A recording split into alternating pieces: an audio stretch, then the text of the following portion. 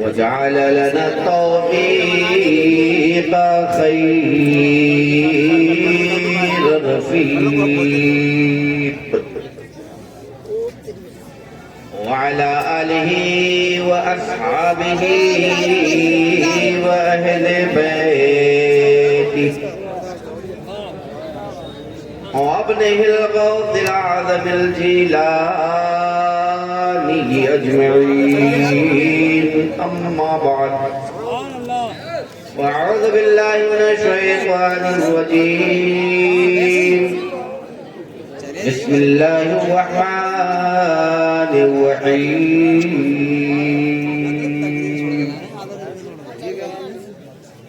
اهدنا الصراط المستقيم آمنت بالله صدق الله العظيم من علينا ربنا بعث محمدا أيده بأيده أيدنا بأحمدا أرسله مبشرا أرسله ممجدا صلوا عليه دائما صلوا عليه سرمدا الله رب محمد صلى الله عليه وسلم نحن عباد محمد صلى الله عليه وسلم ادب گاہ صف ریاض ماں عدارش نازک تر نفس گم کر دمی آیت جنید و بیزید کی جا بمصطفیٰ بے رسان خیش را کی دی ہم عوض گر بہو نہ رسیدی تمام بھول حدیث غوث آدم بمنے بے سرو سامہ مدد قبلہ دی مدد کعبہ ایمہ مدد علامہ صاحب میلاد اکبر فرماتے ہیں ہر درد کی دوا ہے صلی علی محمد صلی اللہ علیہ وسلم ہر درد کی دوا ہے صلی علی محمد تعویذ ہر بلا ہے صلی علی محمد بے شک ہر درد کی دوا ہے صلی علی محمد تعویذ ہر بلا ہے صلی علی محمد محبوب کبریا ہے صلی علی محمد محبوب کبریا ہے صلی علی محمد کیا نقش خوشنما ہے صلی علی محمد بے شک کیا نقش خوشنما ہے صلی علی محمد اور قرب خدا وہ حاصل جنت میں ہو وہ داخل قرب خدا وہ حاصل جنت میں ہو وہ داخل کون جس نے لکھا پڑھا ہے صلی علی محمد قرب خدا وہ حاصل جنت میں ہو وہ داخل جس نے لکھا پڑھا ہے صلی علی محمد جانے بھی دے ارم کو رضوان روک ہم کو اس مصرے میں دو لفظ آئے ہیں ایک آیا ہے ارم اور ایک آیا ہے رضوان ان دونوں لفظ کے اگر آپ معنی سمجھ لیں گے تو بڑی آسانی سے شعر آپ کی سمجھ میں آئے گا ارم الف را میم ارم کے معنی جنت اور رضوان داروغ جنت مالک جنت جو فرشتہ جنت کے گیٹ پر پہرےداری کر رہا ہے اس فرشتے کا نام ہے رضوان جی اگر اس محفل میں کسی کا نام رضوان ہے تو میری طرف سے اس کو لاکھوں سلام اب شعر سنیے جانے بھی دے ارم کو رضوان روک ہم کو کیوں سینے پہ لکھ لیا ہے ارم کو جانے بھی دے ارم کو رضوان روک ہم کو سینے پہ لکھ لیا ہے صلی علی محمد اے ساتھ چلنے والوں کاندھا بدلنے والوں اے ساتھ چلنے والوں کاندھا بدلنے والوں بڑھتے چلو روا ہے صلی علی محمد اے ساتھ چلنے والوں کاندھا بدلنے والوں بڑھتے چلو روا ہے صلی علی محمد اسے نار کیا جلائے جنت میں سیدھے جائے نار یعنی آگ، نار یعنی جہنم۔ فرماتے ہیں اسے نار کیا جلائے؟ جنت میں سیدھے جائے۔ کون؟ جو پڑھ کے مر گیا ہے صلی اللہ محمد، اسے نار کیا جلائے؟ جنت میں سیدھے جائے جو پڑھ کے مر گیا ہے صلی اللہ محمد۔ جن جن حضرات کو درود شریف یاد ہے پڑھ لیجئے، اللہم صلی علی سیدنا مولانا محمد طب القلوب دوائها وعافیت الابدان وشفائها ونور الابصار وضیائها وبارک وسلم صلاۃ و سلاما علیک یا رسول اللہ۔ انتظامیہ کمیٹی اور اس غازی پور کے تمامی ہمارے دینی بھائی جنہوں نے بڑے محنتوں کے بعد اس عشق مصطفیٰ کانفرنس کا انعقاد کیا ہے، مبارکبادی کے قابل ہے۔ اللہ تعالی آپ کی محنتوں کو، آپ کے آنے کو، آپ کے سننے اور سنانے کو اپنی بارگاہ رحمت میں شرف قبولیت عطا فرمائے۔ آمین آمین۔ اور اس جشن عشق مصطفیٰ کے صدقے میں ہم اور آپ کو پکا سچا عاشق مصطفیٰ بنائے۔ سبحان اللہ سبحان اللہ۔ میں نے خطبہ مفتونہ کی بات بس تھوڑی دیر کے لیے، زیادہ لمبی چوڑی تقریر ہوگی نہیں، حضرت کی تقریر ہو گئی ہے۔ خطبہ مفتونہ کے بعد جس آیت کریمہ کو کچھ دیر کی گفتگو کے لیے عنوان بنایا ہے، یہ سورہ فاتحہ کی آیت کریمہ ہے۔ اور سورہ فاتحہ قرآن کریم میں ایک وہ سورت ہے جس سورت کا ایک ایک حرف پڑھنا واجب، کمپلسری اور ضروری ہے۔ بے شک بے شک۔ اگر حالت نماز میں سورہ فاتحہ کو اگر ہم نے چھوڑ دیا تو ہماری نماز مکمل نہیں ہوگی۔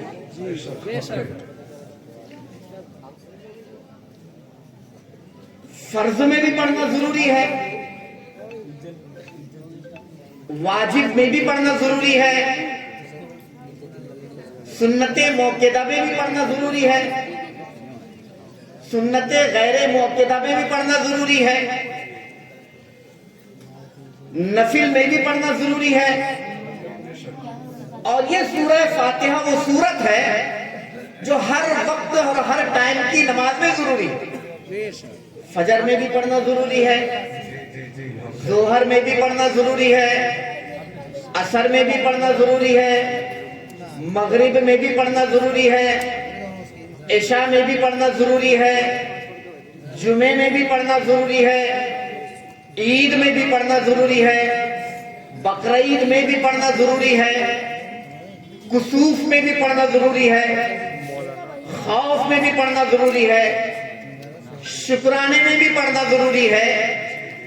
گویا کہ ہم جتنی نمازیں ادا کرتے ہیں ان نمازوں میں اس سورت کا پڑھنا لازم اور ضروری ہے،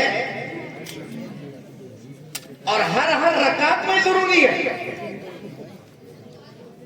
علاوہ اس کے آپ دوسری رکعتوں میں جو سورت ملانا چاہیں،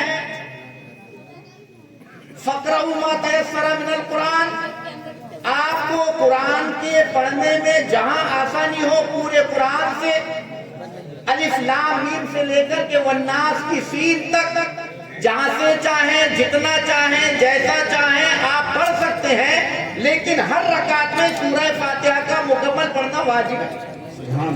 سبحان اللہ، حق ہے حق ہے۔ آپ کوئی بھی نماز پڑھیں، بغیر سورہ فاتحہ کے آپ کی نماز نہیں ہوگی۔